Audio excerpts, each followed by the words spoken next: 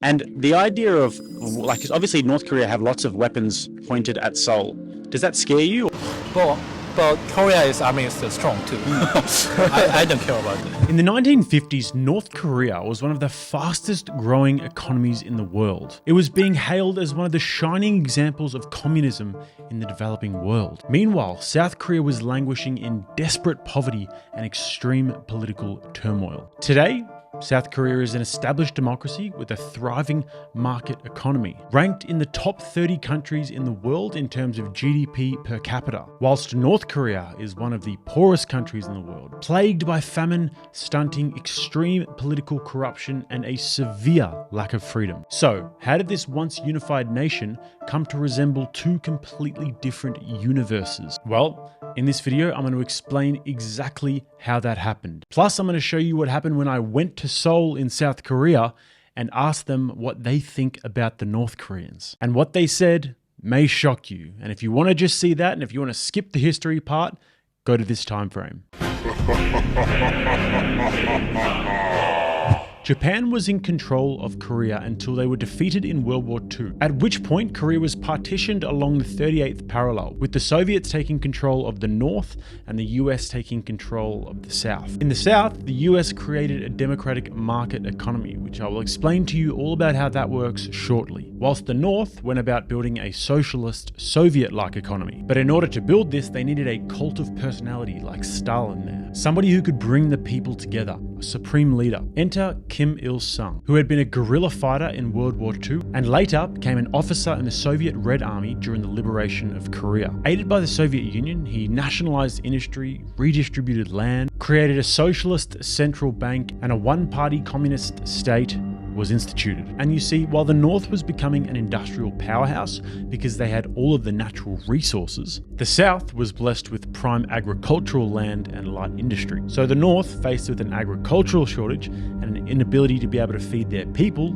in 1950 launched an invasion of the South. They went in and captured Seoul, which led the US and other allied forces to come to South Korea's defense because they were afraid that if South Korea would fall to communism, it might be a domino effect in the area. This war would last 3 years and kill 3 million people until eventually an armistice was signed, creating the demilitarized zone along the 38th parallel, which I also went to and will be covering on my travel channel, so make sure you're following that. Link in the bio and in the comments. After this, Kim Il-sung went on to create a complete command economy, taking farms and private property away, markets were outlawed, and everything was basically dictated by the government. Surprisingly, however, North Korea was about to enter a golden age of economic prosperity and growth, while South Korea was still battling serious political turmoil and instability. But they were about to have a growth period of their own, which was eventually labeled the Miracle on the Han River. So for a period of time there, North Korea was the politically, economically, and technologically superior nation. And because of the cult of personality of Kim Il-sung and the new ideology of self-reliance, mixed with traditional Korean values and Confucianism, their economy would grow 15% per year during this golden age, despite them also being heavily bombed during the war. That is until the 1970s, when things started to really unravel in the North. They took an estimated $1.2 billion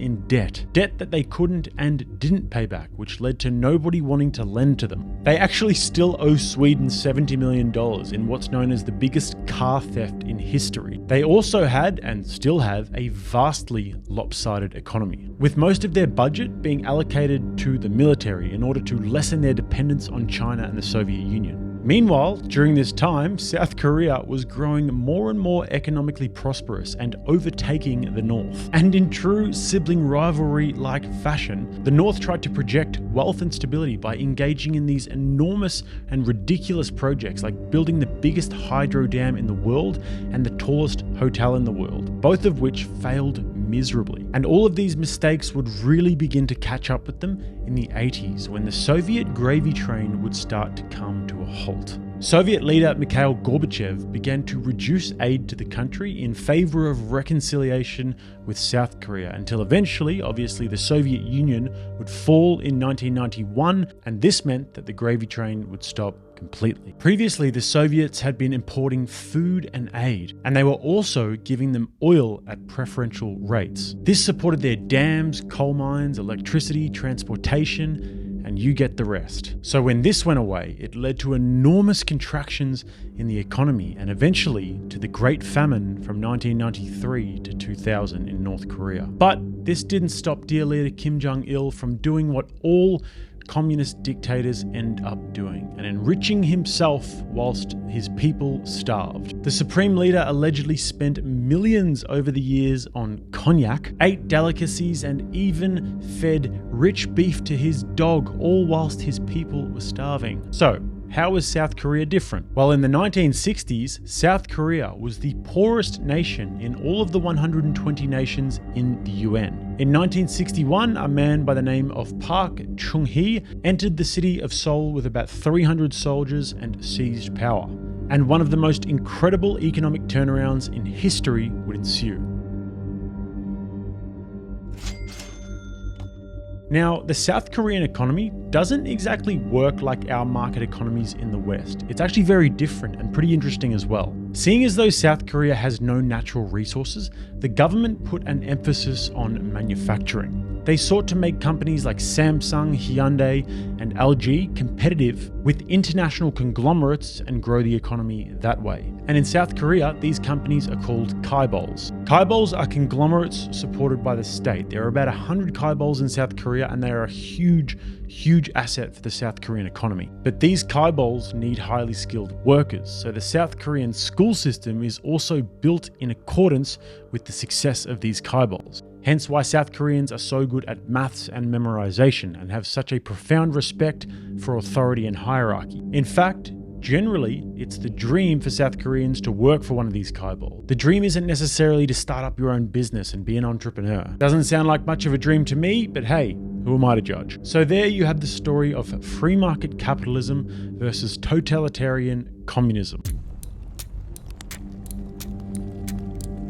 And now we get to the situation today. Seoul is only 35 miles or 56 kilometers away from the demilitarized zone. North Korea has enough fissile material for an estimated 20 to 60 warheads and can deliver them to vast swathes of the planet. And the North has a diverse array of ballistic missiles in its arsenal. In late March 2023, North Koreans reportedly successfully tested their Hwasong-17 ICBM. The object reached an altitude of 3,854 miles over a 684-mile arc. If it were to fly a traditional ballistic missile arc, it would have a range of over 9,320 miles. This range would make it capable of hitting any target in the continental United States. Furthermore, they'd be able to deliver several city-destroying nuclear warheads with yields of up to 140 kilotons, 7 times more powerful than the atomic bombs dropped on Japan at the end of World War II. And if that wasn't concerning enough,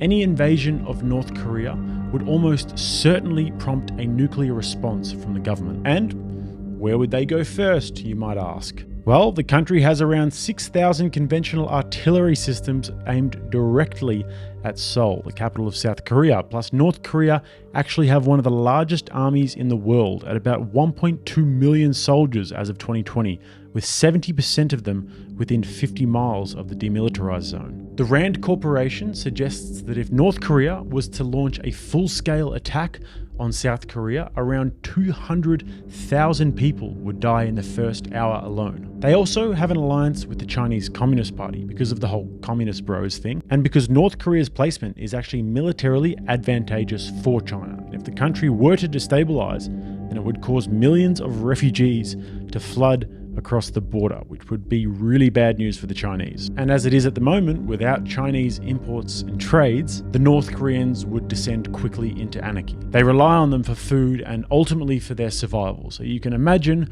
what they might do if that were to come to fruition. So, with all of that history and with the current situations in mind, I was extremely curious to ask the South Koreans what they think about their former brethren from the North. Do they have sympathy for them? Do they feel connected to them? And are they worried about a potential war in the future? Let's find out. Hello, my name is Han Sang-jun. Lee Seung-min. Lee Seung-min? 이승민. Yeah. 선우. Kim. Sung-woo Kim. Yeah. Good Korean? Yeah. 박성균. Park Sung-joon. Is that good Korean? My name is Songbin Kim. Sung-bin Kim. Yes. Nice to meet you. Hi, nice to meet you. So, Song, we're doing a video today about the relationship between South Korean people and North Korean people. Yeah. And so first I wanted to ask, what is a better place to live? South Korea or North Korea? Of course, South Korea. Why do you say that? Because I'm not sure, but I heard that North Korea's like the people's right on there was not like privileged by law, and also there's not a democratic society. So I bet South Korea is much more better. So you think they call themselves the Democratic People's Republic of Korea, but not so much democracy? Yes. South Korea. Why do you say that? Guys, if you enjoy this content and if you would like to see me spread this message as far as possible, then it would really help if you could drop a like on the video and subscribe to the channel if you haven't. And also check out my travel channel because I've got heaps of international content that I'm doing there, a little bit more lighthearted and fun. I've recently released my other video from South Korea where I'm chatting to girls about dating preferences and all that sort of stuff. It's a bit of fun and I know you guys will like it. So hit my link tree in the bio if you want to check that out, or also at the end of the video, I'll leave it in the recommended. Back to the video. They don't have a free. They don't have freedom? Yeah. Anything else that you think is better about South Korea than North Korea? Everything. I think everything. Freedom and freedom is big. Yeah. South Korea. I think that South Korea is very good place. And do you feel like North Korean people are your friends, your family, your countrymen? Do you feel like love for North Korean people or no?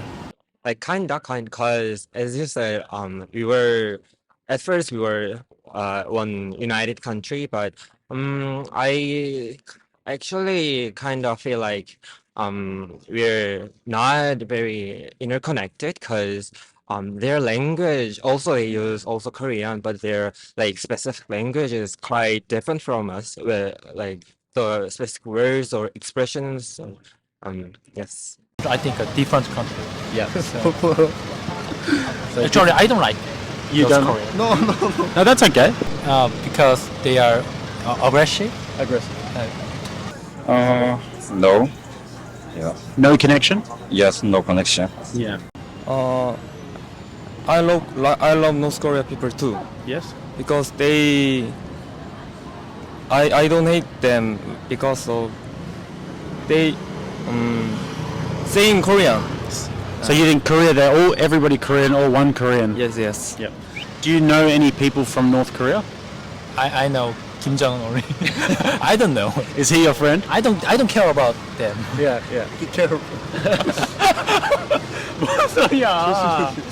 No. No one. Don't know anyone. Don't know anyone. Yes. I think every people don't have a family in there. And the idea of, like, 'cause obviously North Korea have lots of weapons pointed at Seoul. Does that scare you? I don't know that.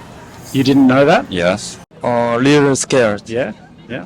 And do you think about the war, or do you don't think about war? I don't think about war. Oh, that doesn't really scares us because I bet South Korea is like defended Have strong self-defense. yes that's why. Yeah. So you think that South Korea is like you're not worried because South Korea is more strong? Yes. But Korea's army is still strong too. I don't care about it. But I think wars never happen. I think. Hope you guys enjoyed that video. Really looking forward to reading your thoughts in the comments. Make sure to like, subscribe to the channel if you haven't already. Turn the notification bells on so that you never miss a thing. And if you guys want to watch another video, click right here. Until next time, I'm Jake. This is RattlesnakeTV, keeping you armed and dangerous.